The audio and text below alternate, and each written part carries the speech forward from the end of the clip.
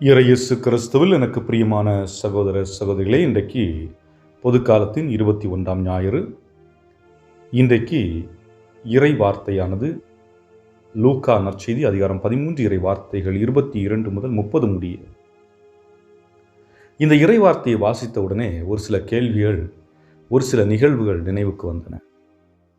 அதாவது, நமது மத்தியிலே பலர், அது நாமாக கூட இருக்கலாம், பல நேரங்களிலே இந்த வார்த்தைகளை நாம் சொல்லுவதுண்டு அல்லது கேட்டிருப்போம்.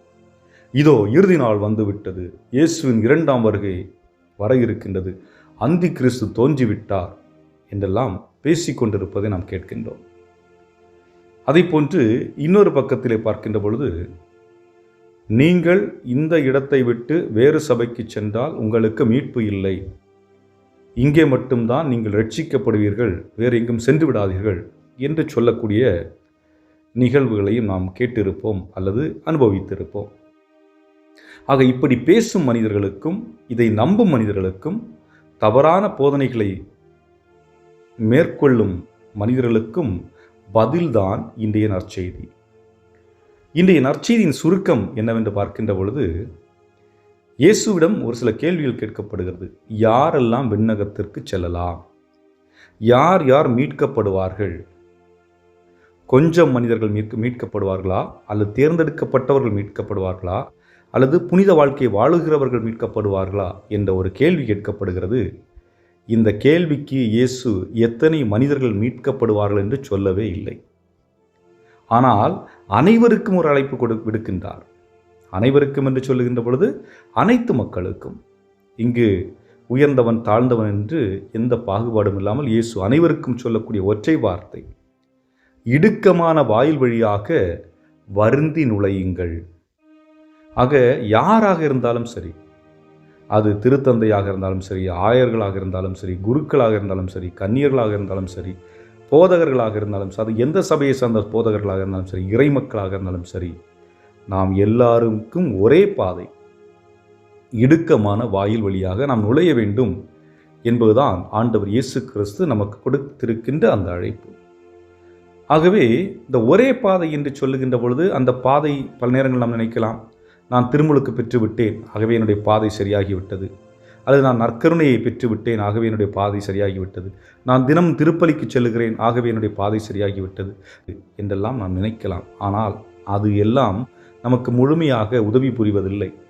இது ஒரு பாதை. திருமுழுக்கு, நற்கருணை பெறுவது, திருப்பலி, ஜெப கொண்டாட்டங்கள் பங்கெடுப்பது என்பது ஆன்மீக பாதை. ஆனால் அந்த பாதையை நான் சரியான அடைய வேண்டுமென்றால் 4 வார்த்தைகளை நான் கடைபிடிக்க வேண்டும்.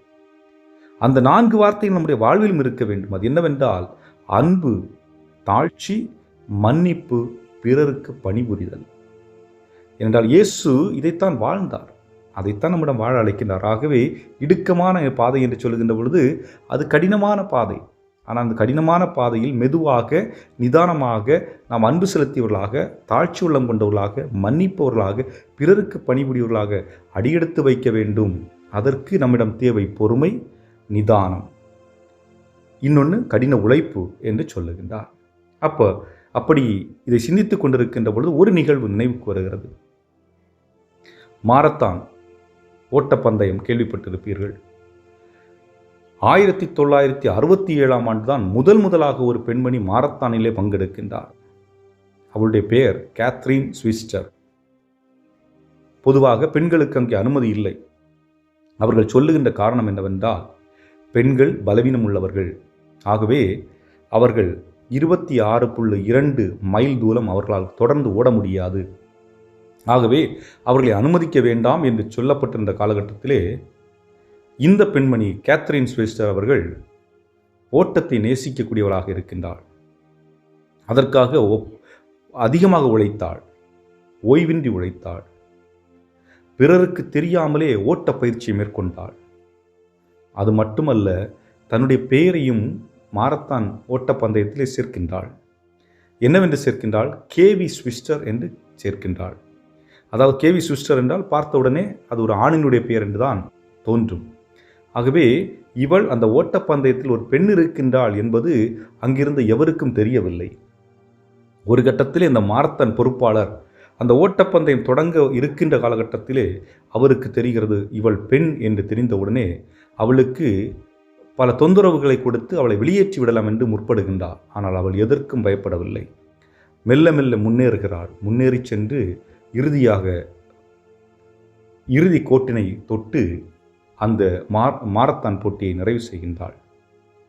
ஆகவே அன்புக்குரியவர்களே, அவள் இறுதியாக சொன்ன வார்த்தை என்ன தெரியுமா? நான் இந்த மாரத்தான் பந்தயத்தில் கலந்து கொண்டது வெற்றி பெறுவதற்காக அல்ல, மாறாக மனித மனத்தின் அளவுகோல் என்ன என்று கண்டுபிடிக்க.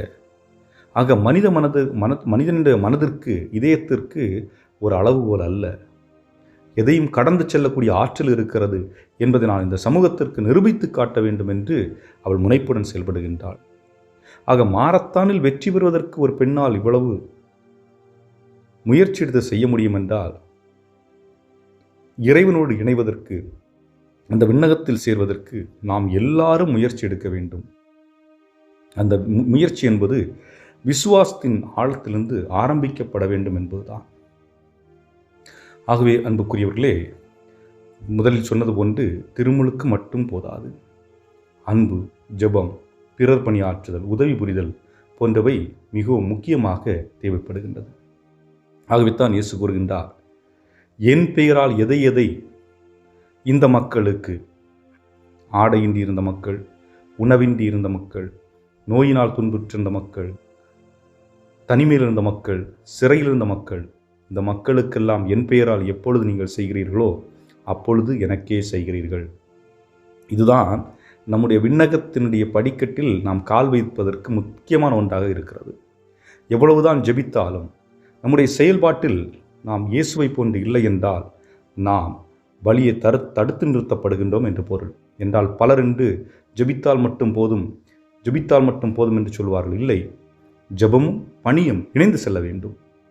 ஜெபத்தில் கிடைக்கின்ற வரத்தை வைத்து பணிபுரிதல், அதுதான் ஆண்டவர் இயேசு கிறிஸ்து விரும்புகின்ற ஒன்றாக இருக்கிறது. ஆக இப்படி நாம் செய்கின்ற பொழுதுதான் அந்த இடுக்கான பாதையிலே நாம் நுழைகின்றோம் என்று.